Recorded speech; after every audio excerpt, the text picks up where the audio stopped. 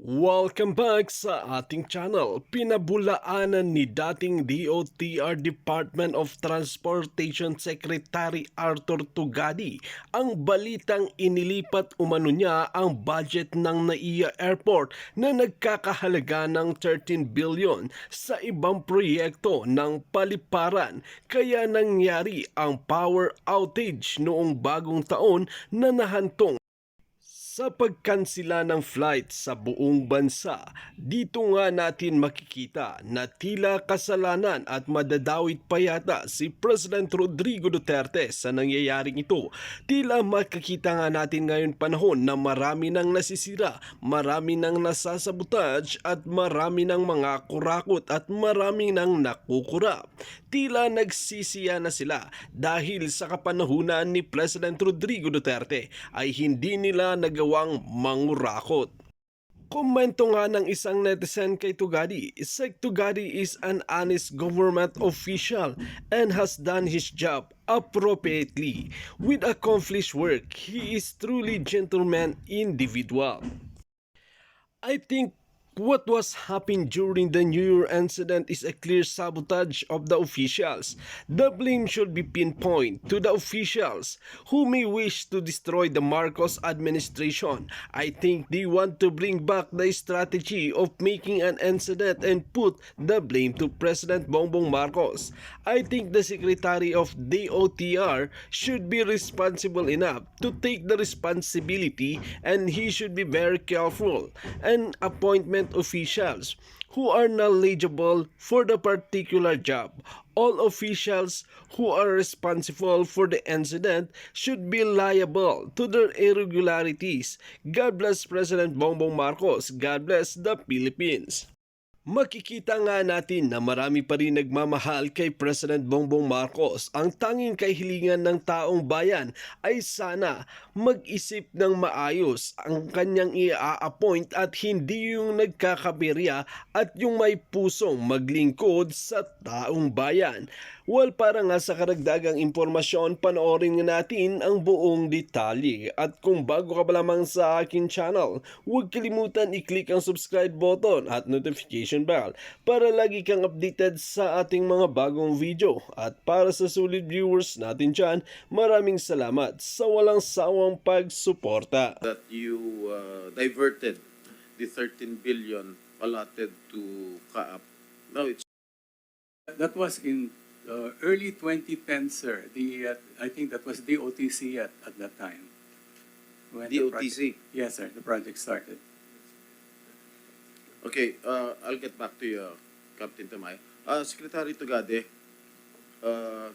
I think according to our chairperson that there were unfair reports that you diverted the 13 billion allotted to CAAP. Now it's your time to explain if you diverted the 13 billion or not.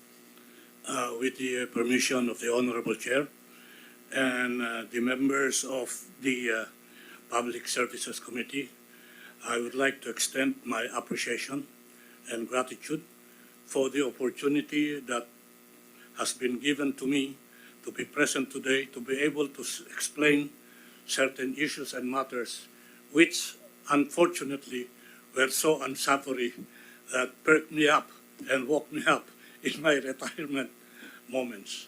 Nagulat at nagulantang ho ako nung sinabi nila, dalawang issue ho yan. Una ho, may diversyon. Pangalawa ho, yung sistema is outdated and outmodel. Marami nagsasabi, hindi ko sinabi yan. Nakikita ko lang ho yun sa Facebook, sa social media, sa mga dyaryo. Kung totoo o hindi yon, hindi ko alam. Ngayon ho, nandito ako upang ipaliwanag ang mga bagay-bagay, upang magbigay kaliwanagan sa mga nakikita natin sa Facebook, social media at pahayagan. Una ho, sa diversion of funds. Ang sabi po nila, may diversion of 13 billion. Una ho, nag-isip ako, saan nanggaling yung figure na 13 billion? Pagkakalam ko, kung proyekto at proyekto lang ang pag-uusapan, ang amount involved is around 10.3 billion. Nasaan yung 2.7 billion? Hindi ko alam. Ngayon, doon sa diversion, alam nyo, yung salitang diversion, merong unsavory connotation yan eh. Para kang may ginawang ililipat mo yung pera at ginawa mong pondo para sa ibang mga project na dapat gastusin mo sa mga proyektong kinauukulan. Yun ho ang hindi magandang tema dyan. Wala hong na-divert pagkat ang project ng CNS-ATM is what we call a loan-funded project.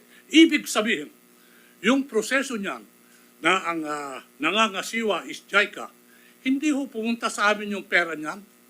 Bago ka makakuha ng pera dyan, marami kang submission na gagawin sa paniniwala at approval ng JICA. Kahigpit-higpit ho ng JICA. Wala ho sa amin yung pera. May proseso ho dyan kung kailan i-release. Rini-release ba yung pera sa DOTR? Hindi po. Rini-release yan sa mga kontraktor. Sa ganung pamaraan, at yun naman ang panukala at pamaraan dito sa proyektong ito, wala pong pagkakataon o oportunidad man lang na mag-divert ka. Diretso yan na pupunta sa mga kontraktor. Ngayon ho, kung ang sasabihin mo dinivert yung GAA, funded, budgeted project, isipin ho natin na yung CAAP is an autonomous independent body. GOCC, may sariling budget ho yan. Na hindi ka pwedeng magpalipat-lipat dyan. Criminal ho yan.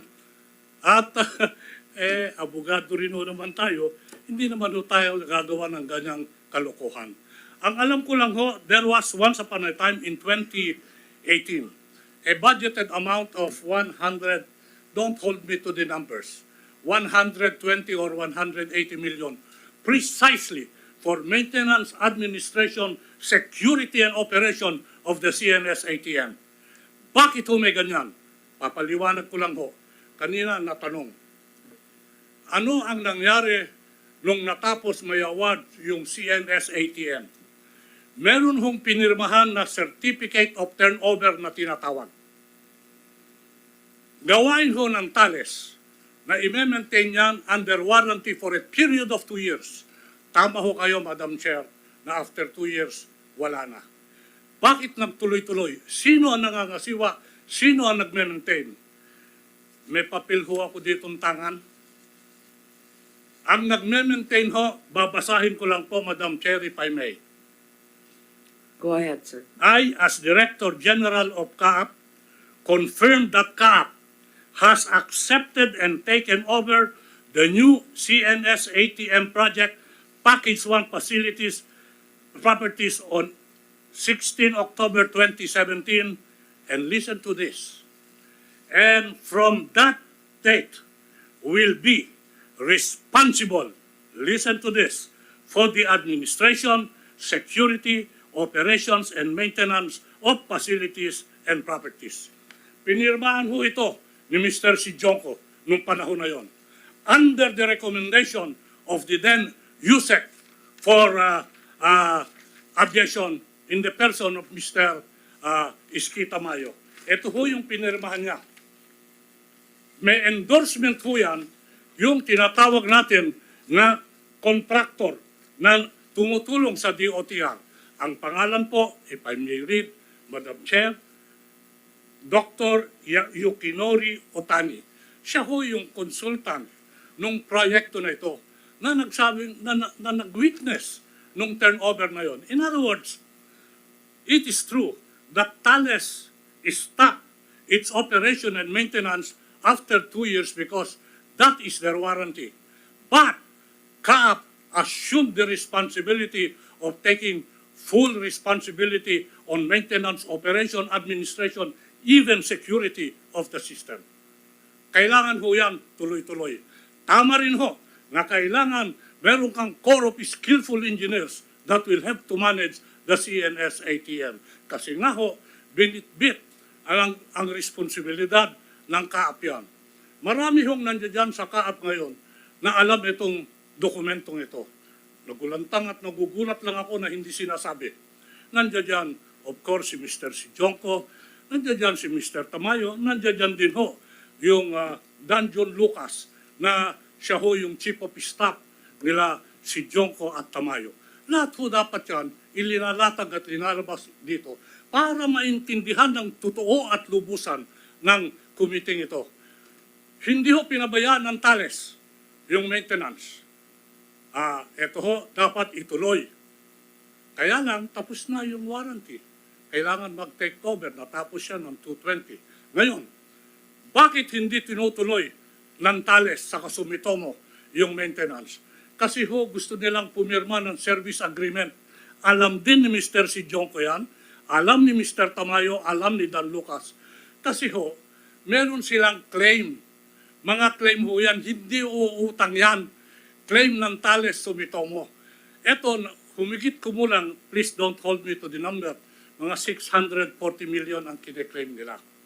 Remember, this project has been born and begotten years ago na wala pa kami, kaya humihingi kami ng mga dokumento. Hindi ako papayag dyan kung hindi nyo may submit yung dokumento. Sabi rin yung contractor na hapon, huwag mong bayaran kasi walang dokumento. Bakit ko ho babayaran? Ngayon, sinasabi nila, kung hindi mo binabayaran, wala ng service agreement. Huwag mo naman ako hostage dyan, kaibigan. Wala kami ng mga panahon na yon, liwanagin natin yan. Kaya nga ho, meron akong pinapirma sa kaap na sila ang mga ngasiwa sa Maintenance Administration and Security. Naniwala ho ako sa dokumento na yan. Now, nagkaroon ho ng diskusyon with Thales and Sumitomo. Ano yung diskusyon with Thales and Sumitomo? Sabi namin, kung gusto mo, out of good faith, babayaran ko na yung mga issues na walang problema na kumpleto ang dokumento. Pag-usapan natin, yung balanse, punta tayo sa arbitration. Nabinbin ho ang usapan. Walang nangyari. Nag-create ho ako ng internal committee sa DOTR para tignan yung claims ng Thales Sumitomo. This committee was composed of 3 gentlemen in DOTR. Number 1 is Yusek Gary, nandito ho siya ngayon. Dati siyang Yusek for Finance. Nandiyan dyan yung dating ASEC ng Procurement at Project Implementation, si Mr. Banoy Lopez. Yung Gary ho, di Guzman ang apelyido nun. Yung pangatlo, si Renier Yebra, na head ng legal. Sila ho ang nagsabi sa akin, alam mo ba, huwag mong bayaran yan. Bakit? Kasi mas malaki pa yung liquidated damages because of the delay on the project. Bakit ko mababayaran yan? So, hindi ho utang yon. Yun ho, claim na pinag-usapan at pinag-uusapan. Dapat ho yan umandar at umusad nung umalis kami 6 months ago. Alam ho yan ni Mr. Sijonko, ni Dan Lucas, at alam din ni Mr. Tamayo yan. Ito ho yung papel. Secretary Tugade, so ang sinasabi ninyo, dahil na-delay yung implementation ng proyekto, nagkaroon tayo ng binabayaran na parang penalty. Meron dapat silang bayaran ng penalty ho. Ang tawag ko dyan, liquidated damages na babayaran ng kwan. Because of the delay that we caused. Hindi ho. Because of certain delays also sa Thales, saka sa Sumitomo. Okay. Kaya nga sabi ko, yung amount na wala tayong issue, bayaran na namin kayo. Ire-recommenda ko sa JICA, bayaran kayo. And sabi ko naman ng iba, huwag mong bayaran. Kailangan bayaran mo yung buo. Sabi nung committee ko, yung 3 abogado, mas malaki pa yung claim namin dyan sa liquidated damages. Bakit ako magbabayad? Maliwanag kung plunder yan. Hindi ko gagawin yun. Okay. Thank you. Sorry, Senator Jinggoy. Yung sinasabi ninyong pinirmahan na turn over to CAAP, sino yung pumirma nun? Hindi yun sa administrasyon pa ninyo? Hindi ho. Administration ko yan. Pinapirma ko sila kasi ite-turn over na. Sabi ko kay Mr. Sijonko, pumirma kayo dyan na kaya yung administration and maintenance nung CNS-ATM. Pumirma ho sila. Bakit sila pumirma? Inirekomenda ho ni Mr. Tamayo. Ito ho yung pirma niya. Okay. All right, now that's clear. Thank you, Senator Madam Jinggoy. Chairwoman, Thank you. can I have a, sorry? With Can I the, have With the permission of the Senator chair, may I Jinggoy. surrender this Yes, document please as part of furnish our the submission? committee a copy. We appreciate it. Mrs. Sabina? Senator Villar. I'd just like to say something because point of information, because I've also had experience with foreign loans. And what Exprrd said is correct, that when there is a foreign funded project, they are very strict about the requirements. You cannot simply take the money and use it for another project. That's impossible. So I hope this puts that issue to rest. And also, no secretary has the power to realign funds within his department. As you know, it is our mandate to implement what is in the GAA, which is a law. So this idea that Secretary Tugade would divert funds from one project to another is simply impossible. And from my experience serving in the executive, I just like to support that fact. Thank you. Thank you for the clarification, Senator Villar. You have 19 more seconds, Senator Jinggoy. Parang bitin na. Anyway, going back to thank you very much for the explanation, Secretary Tugade, and I believe in you. I believe Maraming salamat po. I trust you, and you have my full trust and confidence. Anyway, Thank you very Captain, much, sir. Tamayo, meron bang pangyayari na bago nangyari itong January 1 glitch? Meron ba nangyari na power outage before? None, Your Honor, to the Chair. None. This is the first time it happened. Sigurado ka nan. Sa CNS ATM po. No September of 2022, nagkaroon ng power outage sa Terminal 3. Am I correct?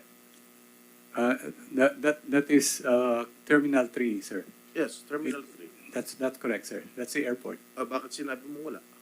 I'm only referring to the CNS ATM, sir. No, whatever. Power outage pa rin yun. Okay, yes, sir. There What was. did you do there? Nagkaroon na ng president, whatever, na nagkaroon na ng power outage noong September sa Naia Terminal 3. What actions have you taken to prevent similar recurrence? Bakit nangyari ulit ito? Through Hindi the ba kayo Chair. nadala na nagkaroon na tayo ng power outage noong September last year? Through the Chair, Your Honor, may I request the GM of MIA to explain this? Mr. Chong, you're recognized. Madam Chair, yes, Your Honor, yes, there was an outage at Naia Terminal 3. It lasted for about 6 hours. Actually, ma'am, the standby generator was able to power up naman po. It's just that there were some critical mission items that were not connected to the standby generator, and that was the immigration connection po. That's why there were some queues.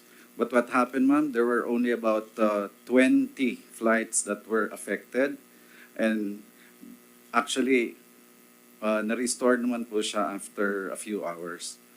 And there was no outage that happened after. So did you learn your lesson there? You have the contingencies in place already, na-connect na ninyo yung immigration. Yes, ma'am. Senator Jinggoy, if you need an extension, one Wala more na akong minute. oras. Just magbibigyan ko na iba. What a gentleman. Okay, ipagpapatuloy the next round.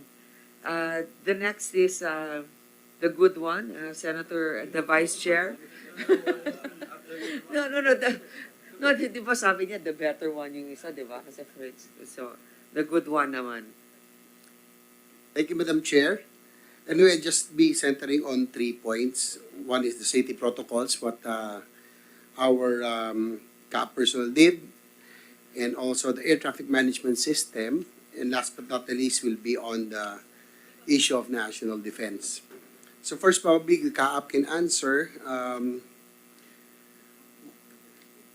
with regards to the safety protocols. So,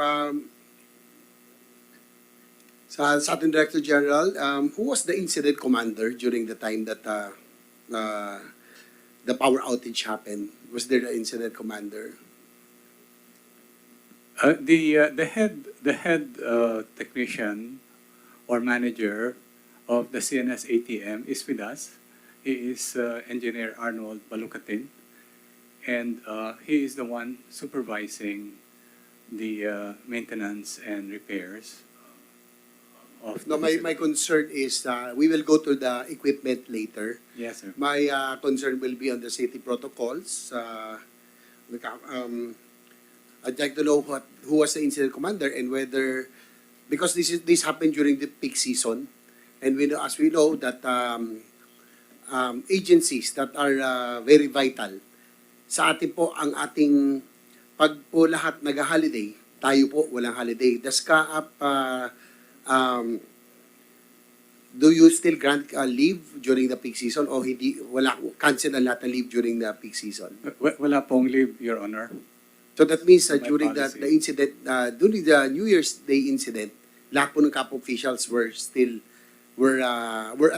present and walang naka-leave. That's correct, sir. I was there right away as well. Well, that is good to hear, to our Director General. So who was the incident commander doon po sa air traffic control? As I mentioned, si Arnold Balucatin, who is the head of the ANS. And is he present?